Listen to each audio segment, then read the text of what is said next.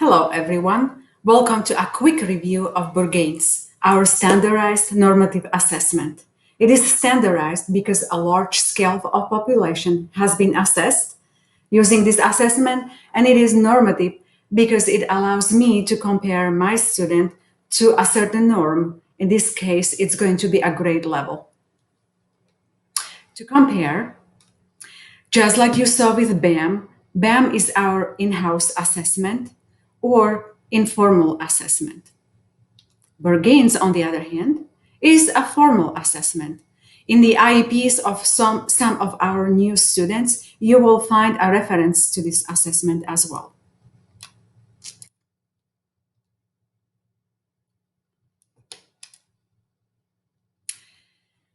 A quick review of all available assessments is also located in real-time manual in the appendices.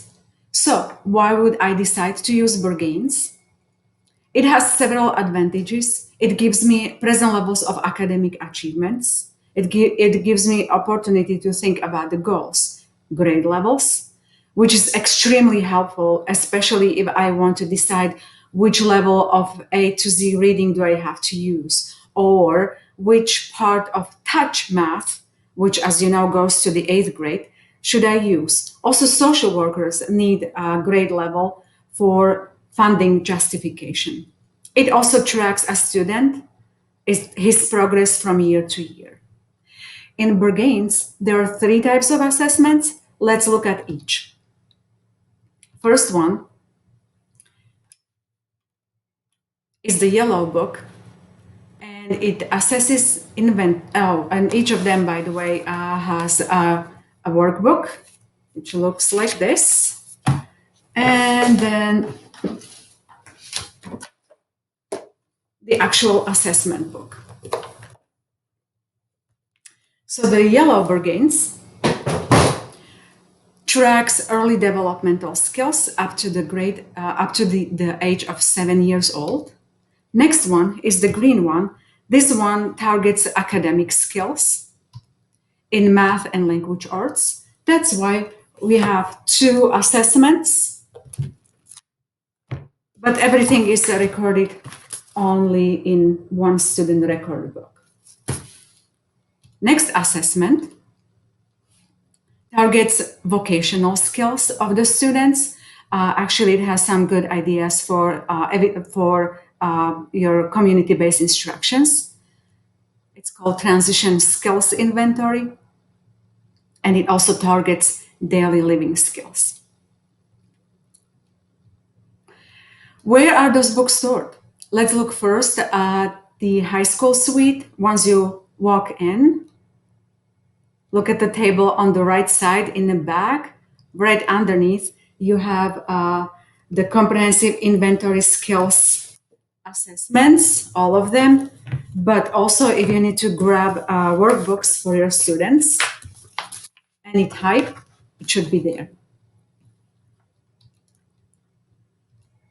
Elementary and transition suite, just look on the right side on the cabinet, right underneath of UV sanitizers. That's where all of them are stored.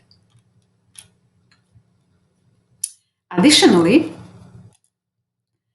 we also have electronic copies of the assessments. If you go into shared drives, curriculum, resources, assessments, that's where all of them are stored.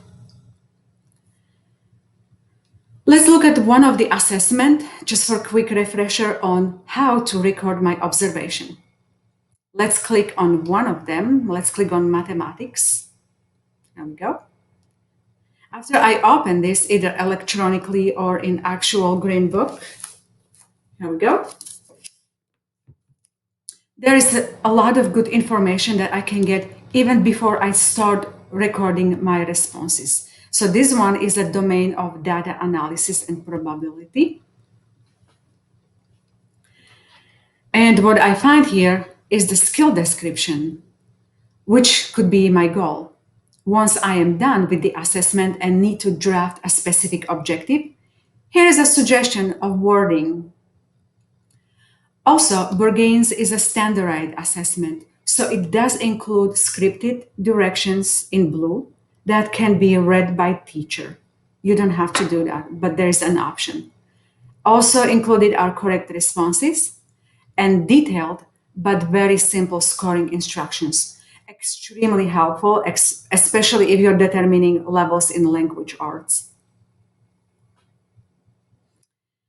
Let's look at inside of the student record book. The system is really simple.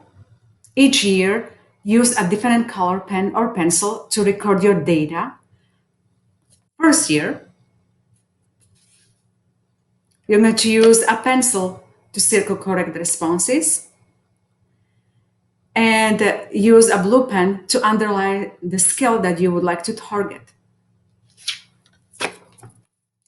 Next year, I'm going to circle in blue correct responses and in red responses that I would like to target. Here's a quick demonstration of what we just discussed. So here what you see is year one. As you can see, the student is able to complete task 1 and 2 independently. He was good. He wasn't able to go any further. So the first year, I am targeting 3 skills that I'm going to include in my IEP goal. Or maybe I'm not going to include it in the goal. Just I know that I have to focus on this.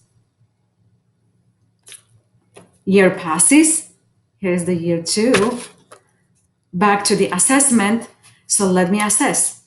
Student is able to do actually skill 3, perfect. I'm circling it.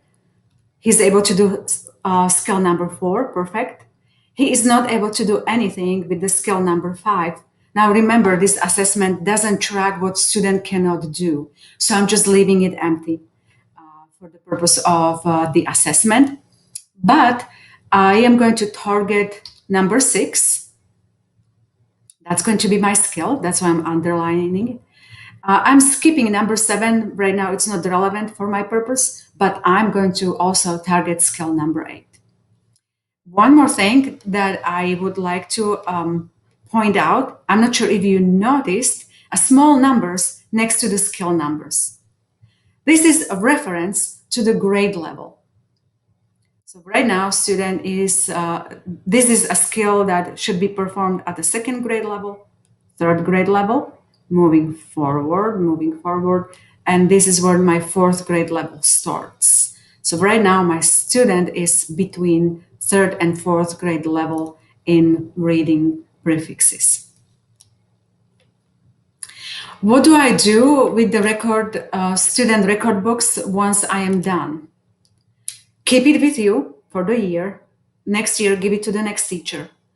If the student disenrolls, hold on to the book for a year, just like with any data that we use for anything else. One thing to consider, you have a lot of flexibility in decision making. What kind of assessment is best for my student? That is going to be a question that is going to be easily to be answered once you perform several of them and you switch back and forth. Concentrate on what skills would you like to target and then assess that domain. Also concentrate on skills if the student is in his or her early developmental stage, maybe stick with the yellow Brigance or maybe go into green if you want to target some of the academic skills, or go into the blue if you feel that student is ready to learn skills that are relevant to his environment in his post-graduation life. By the way, in the green book, there's skills also from the yellow book. And in the blue book, there's skills from both previous books. So basically, those skills just build on each other regardless. Also, what do I consider independent and correct response? That's only that counts, nothing else.